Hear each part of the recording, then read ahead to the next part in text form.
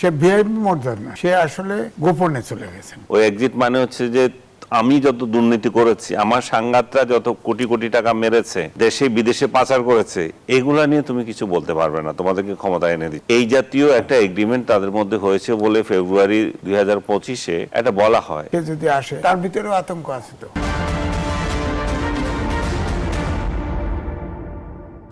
সাবেক প্রধান উপদেষ্টা ডক্টর মোহাম্মদ ইউনূস ভিআইপি মর্যাদায় প্যারিসের উদ্দেশ্যে ঢাকা ত্যাগ করেছেন, কিন্তু তার এই সফরকে ঘিরে তৈরি হয়েছে এক ধূম্রজাল।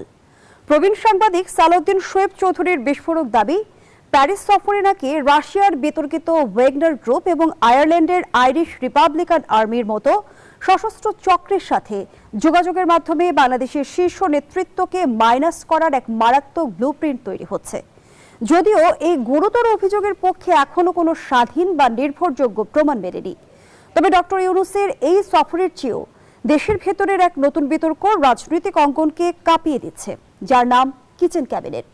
সাবেক উপদেষ্টা মাহফুজ আলম, আসিফ মাহমুদ এবং খোদ সাবেক পররাষ্ট্র উপদেষ্টা তৌহিদ হোসেনের কণ্ঠে এখন একই সুর, অন্তর্বর্তী সরকারের ওই কিচেন ক্যাবিনেটই দেশ চালাতো। কেন সাবেক উপদেষ্টাদের মুখ থেকেই এখন বেরিয়ে আসছে অন্তর্বর্তী সরকারের সেই অদৃশ্য নীতি নির্ধারক বা কিচেন ক্যাবিনেটের গল্প? ডক্টর ইউনূসের প্যারিস সফর কি শুধুই সামাজিক ব্যবসার প্রকাশ্য কর্মসূচি, নাকি এর পেছনে আসলেই রয়েছে কোনো দীর্ঘমেয়াদী ভূ রাজনৈতিক সমীকরণ? মোটা দাগে এই বিষয়টি নিয়ে আজ আমরা আলোচনা করব। সেই সঙ্গে আমাদের আলোচনায় উঠে আসবে সমসাময়িক রাজনীতির উল্লেখযোগ্য বিষয়গুলো। দর্শক, আমি ফারনাজ জুই, সবাইকে আমন্ত্রণ জানিয়ে শুরু করছি নিউজ 24 নিয়মিত আয়োজন জনতন্ত্র গণতন্ত্র। নিবেদন করছে RICর স্টিল। আজকের আলোচনায় এগিয়ে নিতে স্টুডিওতে আছেন দুজন সম্মানিত অতিথি। চলুন একে একে পরিচিত হই। আছেন আনিস আলমগীর, সিনিয়র সাংবাদিক। সেই সঙ্গে আরও আছেন এম এ আজিজ, সিনিয়র সাংবাদিক। দুজনকেই স্বাগত জানাচ্ছি আজকের আলোচনায়। যারা এম এ আজিজ, আপনাকে দিয়ে আলোচনাটা শুরু করি। যেমনটি বলছিলাম যে ডক্টর মোহাম্মদ ইউনূসের প্যারিস সফরকে ঘিরে কিন্তু রাজনৈতিক অঙ্গনে আমরা দেখছি ধূম্রজাল সৃষ্টি হয়েছে, এবং ঈদের আগে তড়িঘড়ি করে প্যারিসের উদ্দেশ্যে যাত্রা শুরু করা, যেই মুহূর্তে বাংলাদেশে কিচেন ক্যাবিনেটের আলোচনা এক ধরনের তোলপাড় সৃষ্টি হয়েছে। সবকিছু মিলিয়ে কিভাবে মূল্যায়ন করবেন?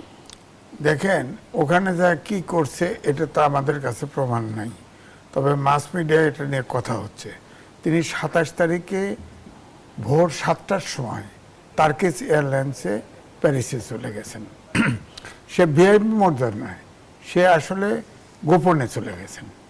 এটাই হবে, তার সাথে তার এক বান্ধবী আছে। তো ওখানে গিয়ে শোনা যাচ্ছে আইরিশ রিপাবলিকান আর্মি, রাশিয়ান বাহিনী, তাদের সাথে আলোচনা হচ্ছে বলা হচ্ছে। আমি তো দেখলাম যে ইউটিউবেও বলছে।